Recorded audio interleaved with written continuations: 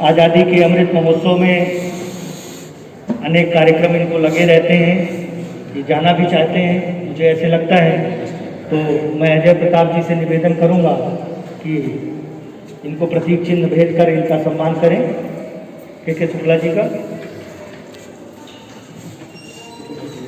शिक्षा की रोशनी फैलाने के लिए आपने जो उत्कृष्ट प्रयास किया है, उसी का एक परिणाम है कि आज रतन जी मॉडर्न स्कूल मुझे लगता है कि दक्षिणी दिल्ली में अपनी एक विशिष्ट पहचान रखता है। उसके लिए मैं आपका हृदय कर चुका है, अभिनंदन भी करता हूँ, वंदन भी करता हूँ। आपकी सोच को, आपके उस जज्बे को मैं नमस्कार करता हूँ, जिस जज्बे। तो मित्रों, बच्चों, आप सब हैं आज़ादी के अमृत महोत्सव, जैसा कि अभी और भी बहुत सारे वक्ता हैं जो अपने विचार रखेंगे। और स्वच्छ हवा हर व्यक्ति को उतना ही जरूरी है जितना उसको भोजन दिनचर्या में उसको पानी जरूरी है। तो स्वच्छ पानी, स्वच्छ हवा, ये हमारे जीवन में बहुत महत्वपूर्ण है। स्वच्छ हवा आती कहाँ से है? जितने ज़्यादा वृक्ष लगाएंगे तो हवा का जो पोल्यूशन है वो कम होता है। ताज़ी हवा हमें मिलती है किससे? पेड़ों से। तो पेड़ हमारे पास अधिक होने चाहिए। दुर्भाग्य से दिल्ली एनसीआर में पेड़ों की संख्या बहुत कम हो गई। अगर हम जाएं पहाड़ी इलाकों में तो वहाँ आज भी हवा स्वच्छ है। और अगर ये हमारे बुजुर्ग प्रधान जी बैठे हैं, लकी भाई साहब बैठे हैं, आप सब वो समय में देखें जब दिल्ली में भी हवा स्वच्छ होती थी, क्योंकि यहाँ पेड़ हजार से हमारे आसपास की आने वाली पीढ़ियों को जो है फायदा होता है। तो एक व्यक्ति को अपने जन्मदिन पे, अपने और किसी चाहने वाले के जन्मदिन पे हमें होना चाहिए ये सोच अपने परिवार में हम विकसित करें कि हम नए पेड़ों को लगाएं, वृक्षों को लगाएं। उसमें भी पीपल और बरगद के वृक्ष अगर लगाते हैं तो उनसे और ज़्यादा जो है हमें ऑक्सीजन मिलती है। महात्मा गांधी जी हमेशा साफ सफाई और स्वच्छता की बात करते थे। महात्मा गांधी ने देश में ही नहीं, साउथ अफ्रीका में भी स्वच्छ वातावरण के लिए उन्होंने जो है वहाँ भी जो है कार्य किए। इस देश की आज़ादी में अनेक वीरों ने अपने प्राणों की आहुति दी, तभी आज हम आज़ादी का अमृत महोत्सव मना रहे हैं। उन वीर बापुओं ने हंसते हंसते भगत सिंह, चंद्रशेखर आजाद, बसवेश्वर दत्त, पंडित बिस्मिल, ये सारे जो क्रांतिकारी थे, ये अंग्रेजी दास्ता से लड़ते लड़ते अपने प्राणों की आहुति दी।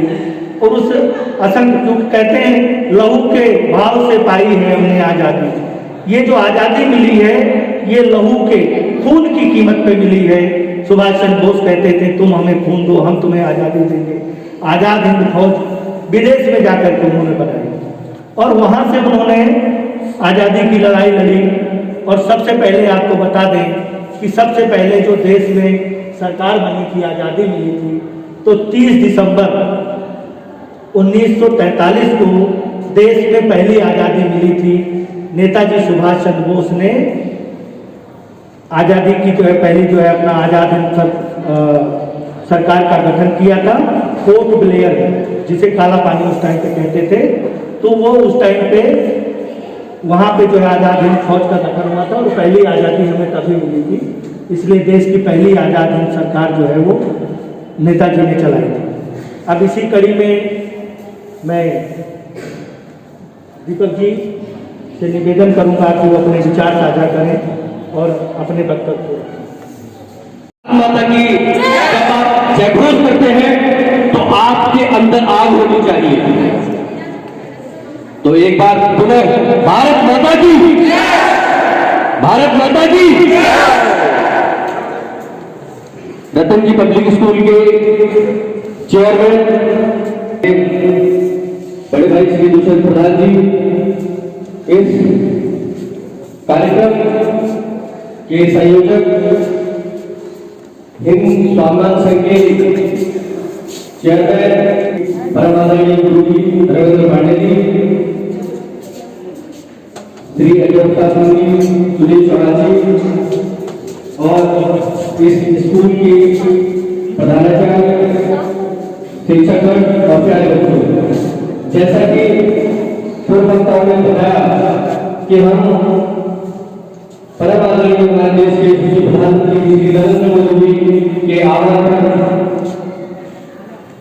हिंदुस्तान के आजादी का अमृत महोत्सव मना रहे हैं।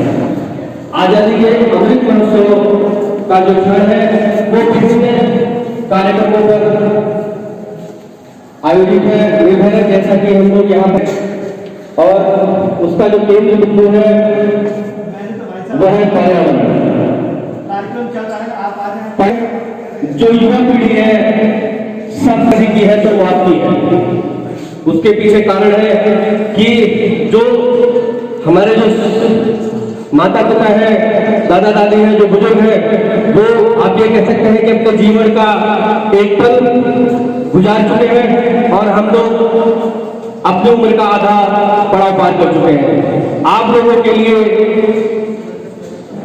आने वाला जो समय है वो बेहतर हो, उसके लिए जरूरी है कि हम पर्यावरण के प्रति सजग प्रहरी के रूप में कार्य करें, क्योंकि जीवन जीने के लिए सिर्फ जो आधारभूत आवश्यकताएं हैं वही जरूरी नहीं है। हम सभी जानते हैं भली भांति कि आलीशान मकान बनाकर यदि हमें ऑक्सीजन नहीं मिले, पानी नहीं मिले, क्या हम जीवित रह सकते हैं? बच्चों बताइए क्या जीवित रह सकते हैं? हाथ उठा के बताइए जीवित रह सकते हैं क्या? जीवन जीने के लिए जितना भौतिक चीजों की आवश्यकता है उससे ज्यादा हमें मूलभूत चीजों की आवश्यकता है। स्वच्छ जल, स्वच्छ हवा वो कब आएगी? हम लोग भौतिक युग में इस प्रकार से प्रवेश कर चुके हैं, सभी चीजों को इस प्रकार से भूलते जा रहे हैं, पेड़ों का हनन इस प्रकार से हो रहा है, जल प्रदूषित होता जा रहा है। जब हमें पेड़ नहीं रहेंगे तो ऑक्सीजन प्राप्त नहीं होगी, ऑक्सीजन प्राप्त नहीं होगी तो हम जीवित नहीं रह सकते। हम भली भांति जानते हैं कि हमारा जो शरीर है ये 90% जल से अपने आसपास में कहीं पे भी जल का भी वेस्ट हो रहा है तो उसको रोकने का प्रयत्न करेंगे बच्चों? इतना धीरे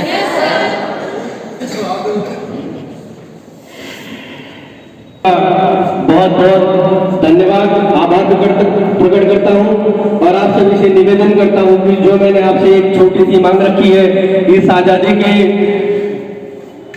महोत्सव में आप लोग पर्यावरण के प्रति सजग प्रहरी के रूप में काम करेंगे और अपने देश की उन्नति में अपना योगदान देंगे। जय हिंद, जय भारत, वंदे मातरम। है बच्चों बहुत ही गर्भित शब्दों में हमारे जो है मित्र, हमारे छोटे भाई, वरिष्ठ समाज सेवी बीजेपी नेता दीपक सिंह सोम ने अपनी बातों को रखी है। देखिए इन बातों को अगर हम अपने अंदर चलता, कहते हैं ना, जो आचरण में नहीं बेकार वैसा ज्ञान है धन्य वो इंसान जो इंसान पे कुर्बान है। हमें जो चीजें जो सीख मिलती हैं, एक अच्छा विद्यार्थी कौन होता है? एक अच्छा विद्यार्थी वो है जो गुरुजनों से, माता पिता से, बड़ों से जो शिक्षा मिलती है उसको आत्मसात करे, ग्रहण कर ले, वही एक अच्छा विद्यार्थी है। विद्यार्थी तो सभी होते हैं, लेकिन उसमें उत्तम सर्वोत्तम कौन होता है? जो अपने गुरुजनों की बातों को, अपने माता पिता की बातों को, जिस तरीके की हमें जो शिक्षा मिलती है उसको आत्मसात करें, उस पर चलने का प्रयास करें, उसको अपनी दिनचर्या में ढालने का प्रयास करें, तो हम अपने जीवन में समृद्धि, खुशहाली, तरक्की, ये जो लक्ष्य हैं इनको बड़ी आसानी से पूरा कर सकते हैं। कहते हैं गुरु गोविंद दो खड़े काके लागों पाए, बलिहारी गुरु आपने गोविंद दियो बताए। क्यों? गुरु ही वो कड़ी है जो हमें अज्ञानता के अंधकार से ज्ञान की प्रकाश की तरफ ले जाते हैं। तो ऐसे तमाम शिक्षक जो हैं, किसी शिक्षक की बदौलत ही हम आज यहाँ खड़े हैं, और जो इस संस्थान रतन जी मॉडल स्कूल के जो तमाम शिक्षक हैं उनको सबको मैं हृदय से उनका अभिनंदन भी करता हूँ, वंदन भी करता हूँ, आभार भी करता हूँ, क्योंकि इलाके में मैं जब जाता हूँ, प्रिंसिपल मैडम यहाँ बैठी हैं, तो हमें सुनने को मिलता है जब कि नहीं, शिक्षा के क्षेत्र में रतन जी मॉडर्न स्कूल अपने आप में बेहतरीन है, सुंदर है। और वहाँ यहाँ का जो सबसे बड़ा जो बात आती है आप लोगों के विद्यालय की, बच्चों में आपके साथ शेयर कर रहा हूँ, तो बैठते हुए कहते हैं कि वहाँ डिसिप्लिन, बच्चों को संस्कार के साथ साथ उनको हर तरह के जो है ना आज्ञाकारी बनाने का जो कार्य होता है, क्योंकि जब आज्ञाकारी बालक बनता है, बच्चा बनता है, तो अपने माँ बाप के साथ भी वो उसी तरीके से पेश आता है, पड़ोस में भी पेश आता है। तो आपको मैं बधाई देना चाहता हूँ, क्योंकि मैं इलाके में जाता हूँ, जब लोगों के साथ बैठता हूँ तो लोग बताते हैं कि इस स्कूल के बालक जो पढ़ रहे हैं वो संस्कारी हैं, वो पढ़ने में तो तेज हैं ही, लेकिन वो सम्मान में भी अव्वल है, लोगों का, अपने बड़ों का आदर भी बड़ी अच्छे तरीके से करते हैं। तो इसके लिए मैं इस स्कूल के पूरे प्रबंधन को बधाई देता हूँ कि आपने वो संस्कार बच्चों में हमारे डाले हैं कि वो जो है अपने बड़ों का सम्मान कर रहे हैं। इसी कड़ी में मैं चाहूँगा कि हमारे बहुत ही के प्रांगण में समय समय पर अलग अलग गतिविधियां आयोजित होती रही हैं। उनमें एक कड़ी और आज धर्मेंद्र पांडे जी द्वारा जोड़ दी गई है, जो अपने आप में एक विशेष अनुभूति का परिचायक है। वैसे तो अपने आप में शब्द ही बहुत बड़ा है, अमृत महोत्सव, क्योंकि एक संसार में जो परिकल्पना करी है अमृत की, तो मुझे लगता नहीं उससे बड़ा कोई है। और वो भी उसके अमृत के भी ऊपर एक महाउत्सव की बात इन्होंने करी है, और उसको जो साकार रूप आपके बीच में, आपके विचारों को लेके, आपके चित्रकारी के रूप में, आपके उद्बोधन के रूप में, आपके निबंध कला के रूप में, जो इस विद्यालय के प्रांगण में आपने इस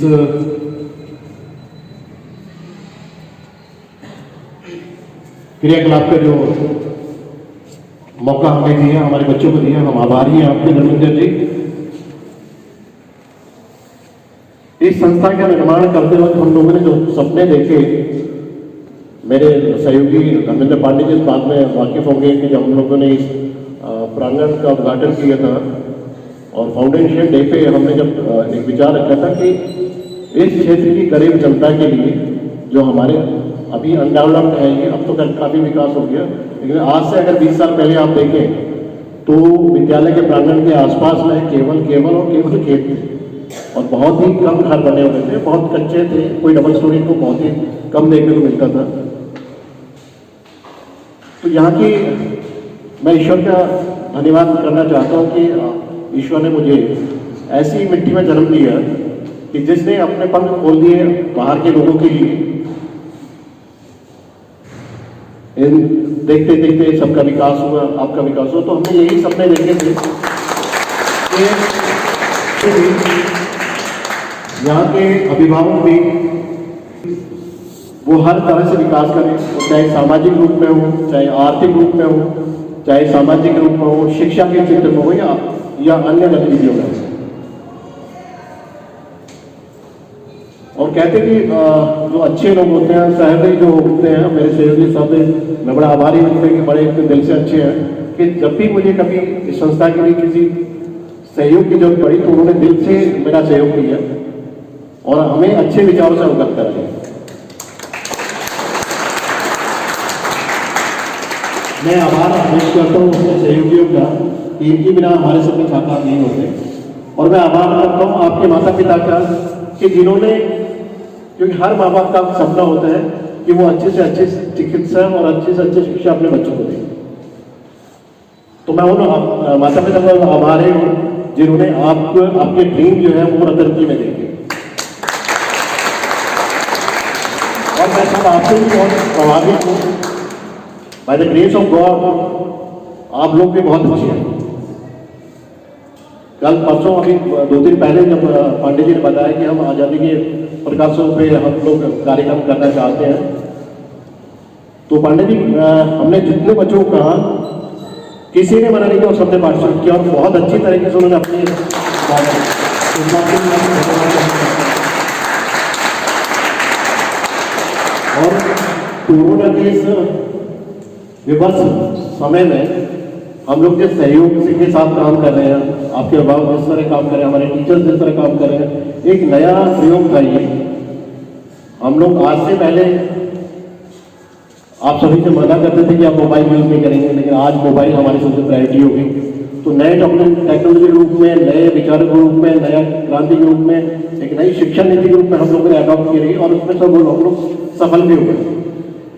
तो इस बात के लिए मैं मुबारकबाद देना चाहता हूँ कि समय की हिंदुस्तान में आज 75 वर्ष हमारे देश को आज़ाद हो गए हैं, लेकिन जिस तरह के क्रियाकलाप और जो सोच हमारे प्रधानमंत्री जी श्री नरेंद्र मोदी जी के बीच में है, जिन्होंने प्रधानमंत्री बन के स्कूलों में शौचालय के रूप में सोचा, आज से पहले किसी प्रधानमंत्री ने सोचा नहीं था कि शौचालय की कितनी जरूरत होती है,